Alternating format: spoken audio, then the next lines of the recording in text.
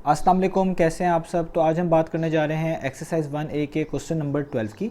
तो मेरे पास ये बुक 1 है जिसको हम D1 भी बोलते हैं और उसका चैप्टर नंबर 1 चल रहा है। इस चैप्टर से रिलेटेड, इस एक्सरसाइज से रिलेटेड बहुत सारा कंटेंट, बहुत सारा सोल्यूशन मैं अपने चैनल के ऊपर अपलोड कर चुका हूँ।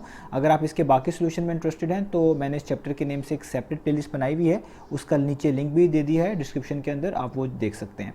इसके अलावा अगर आपके कोई क्वेश्चंस हैं, मेरे वीडियो कंटेंट के हवाले से कोई सजेशंस हैं, तो मैंने एक फेसबुक पेज बनाया हुआ है सोल्यूशन सब के नेम से, उसका लिंक भी डिस्क्रिप्शन में गिवन है। तो आप उस फेसबुक पेज के थ्रू अपने सजेशंस को, अपने क्वेश्चंस को मुझ तक पहुंचा सकते हैं।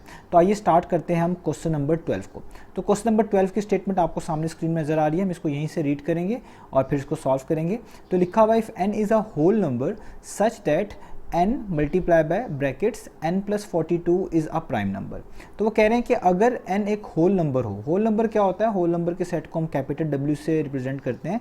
इस सेट में ऐसे नंबर्स होते हैं जो 0 से स्टार्ट होते हैं और इसी तरीके से आगे चलते जाते हैं, यानी 0 और आगे सो ऑन। ठीक है, तो ऐसे सेट ऑफ नंबर्स जिसको जो कि 0 से स्टार्ट होते हैं और इसी तरीके से आगे मूव करते जाते हैं, उनको हम बेसिकली होल नंबर बोलते हैं। ठीक है, तो वो कह रहे हैं अगर एक n होल नंबर है और होल नंबर होने के साथ साथ इस n को मल्टीप्लाई किया जाए n प्लस 42 से। ये दो अलग अलग चीज़ें हैं, याद रखिएगा, एक है n और एक है n प्लस 42। ये दो अलग अलग चीज़ें हैं, ये दो चीज़ों का प्रोडक्ट है।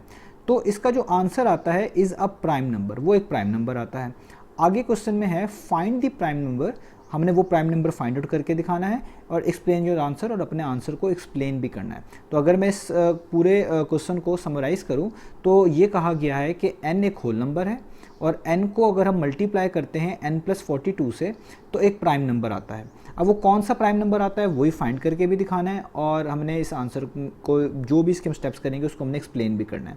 अब एक चीज़ आपके जहन में रहे, जब तक हमें n की वैल्यू नहीं पता चलेगी हम नहीं बता सकते कि n को और n प्लस 42 को मल्टीप्लाई करने के बाद जो नंबर आ रहा है, जो कि उन्होंने खुद से बता दिया हुआ है कि प्राइम नंबर है, वो कौन सा है। तो हमें n की वैल्यू को पहले किसी ना किसी तरीके से गेस करना पड़ेगा, किसी ना किसी तरीके से निकालना पड़ेगा, तब जाके हम बता सकेंगे कि वो प्राइम नंबर कौन सा है जो n को मल्टीप्लाई कराने के बाद n प्लस 42 से हमें जवाब के तौर पे मिलता है, आंसर के तौर पे मिलता है। तो आइए स्टार्ट कर।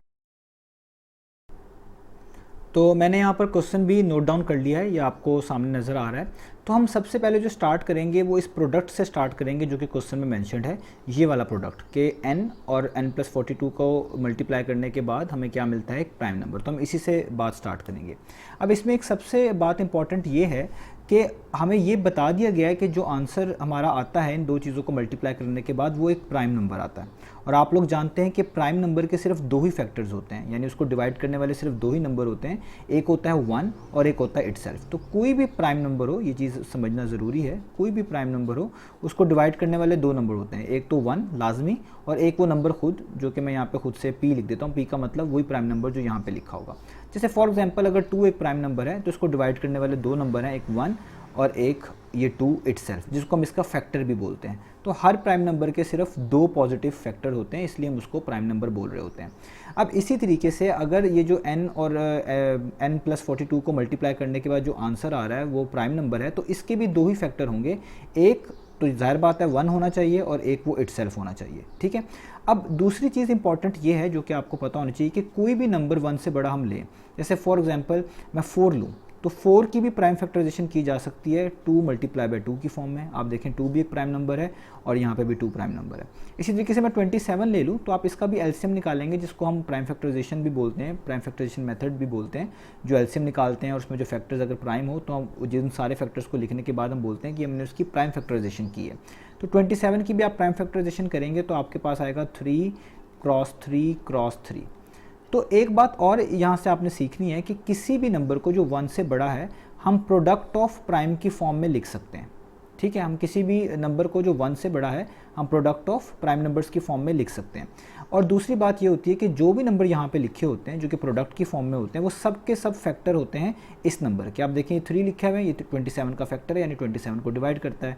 यहाँ पे 4 की प्राइम फैक्टराइजेशन की है, 2 लिखा हुआ है तो ये 4 के फैक्टर हैं, सारे के सारे 2 और ये 2 सब के सब 4 को डिवाइड करते हैं। तो ये बात आप अगर जहन में रखें तो ये भी तो प्रोडक्ट है किसी दो चीज़ों का, तो इसका मतलब है इसका भी जो आंसर आ रहा होगा उसके लिहाज से अगर देखा जाए तो ये जो मल्टीप्लाई होने वाले वाले नंबर हैं, जिस तरह यहाँ पे ये 2 और 3 थे, ये भी उस नंबर को डिवाइड करेंगे, यानी n और n+42 खुद भी फैक्टर कहलाएंगे उस नंबर के जो कि हमें जवाब में मिलने जा रहा है, यानी वो प्राइम नंबर। तो हम यहाँ पे ये मेंशन करेंगे कि since n multiply bye n+42, इस पूरे का इकट्ठा जिक्र कर रहे हैं, इज़ अ प्राइम नंबर, क्योंकि ये एक प्राइम नंबर है, यानी इन दोनों नंबर्स को मल्टीप्लाई कराने के बाद हमें जो आंसर मिलेगा वो क्या होगा, एक प्राइम नंबर होगा। तो हम कह सकते हैं देन n, यानी ये पहला वाला number, and n+42, and n+42 यानी ये दूसरा वाला नंबर, क्योंकि दोनों प्रोडक्ट करा के इस प्राइम नंबर को बनाएंगे, तो जो चीज़ प्रोडक्ट करके किसी और नंबर को हमें आंसर के तौर पे दे रही होती है, वो जो प्रोडक्ट होता है वो दोनों के दोनों उस नंबर के फैक्टर कहलाते हैं, जिस तरह मैंने आपको अभी यहाँ पे समझाया है। तो इसी थ्योरी को यूज़ करके, इसी कंसेप्ट को यूज़ करके हम कह सकते हैं कि n और n+42 क्या होंगे, are its only two factor, are its only two factor. किसके टू फैक्टर, उसी प्राइम नंबर के जो कि इन दोनों को मल्टीप्लाई करने के बाद मिलेगा, are its only two factors. अब मैंने ओनली टू फैक्टर्स क्यों कहा है, क्योंकि हमें पता है कि जिस नंबर के हम ये फैक्टर इनको कह रहे हैं वो नंबर बेसिकली प्राइम है, और प्राइम नंबर के सिर्फ कितने फैक्टर होते हैं, 2 ही होते हैं, एक 1 और एक वो इटसेल्फ। अब यहाँ से हमने आगे बात शुरू करनी है। अब क्योंकि प्राइम नंबर के अंदर एक फैक्टर 1 लाजमी होना चाहिए, तो अब या तो n1 होगा या फिर n+42 1 होगा। अब ये n+42 तो 1 नहीं हो सकता, क्योंकि अगर आप देखें हम यहाँ पे n की कोई भी वैल्यू पुट करेंगे तो 42 में ऐड होने के बाद उसका आंसर जो है आपके पास 1 से बड़ा ही आएगा, यानी 1 नहीं आएगा। तो इसका मतलब है इस n को लाजमी 1 होना पड़ेगा। तो हम कहेंगे कि ये जो n है इसको लाजमी 1 होना पड़ेगा, क्योंकि ये उस प्राइम नंबर का फैक्टर है, और प्राइम नंबर के जो फैक्टर होते हैं उसमें 1 लाजमी होता है। तो n+42 अगर 1 नहीं हो सकता तो n तो लाजमी 1 होगा। तो हम यहाँ पर लिखेंगे since 1 has to be one of its factor, one of its factor। किसके फैक्टर की बात कर रहा हूँ, उस प्राइम नंबर की जिसको हम निकालने जा रहे हैं। One of its two factor कह दें, one of its two factor, क्योंकि 2 फैक्टर हैं यहाँ पे। तो इससे पता चलता है कि n की वैल्यू तो फिर लाजमी 1 होनी चाहिए, क्योंकि n को हमने कहा है ये तो 1 होगा, दूसरा हो ना हो ये 1 लाजमी होना चाहिए, वो 1 नहीं बन सकता। तो अगर n 1 है तो अब हमारे लिए इन दोनों का प्रोडक्ट निकालना तो मुश्किल रहा ही नहीं, और इनका प्रोडक्ट ही वो नंबर है जो कि प्राइम नंबर है, और वही हमने फाइंड करना है। तो हम यहाँ पे लिख सकते हैं कि n मल्टीप्लाई बाय n+42 फिर किसके इक्वल होना चाहिए, क्योंकि n 1 है तो आप इस n की जगह पे लिख दें 1, मल्टीप्लाई का साइन डालें, और ये जो ब्रैकेट्स में n+42 लिखा हुआ है इधर ब्रैकेट्स डालें। इस पहले वाले n की जगह पे आप लिखें 1, क्योंकि n की वैल्यू 1 है, और आगे 42 यहाँ पे लिख दें।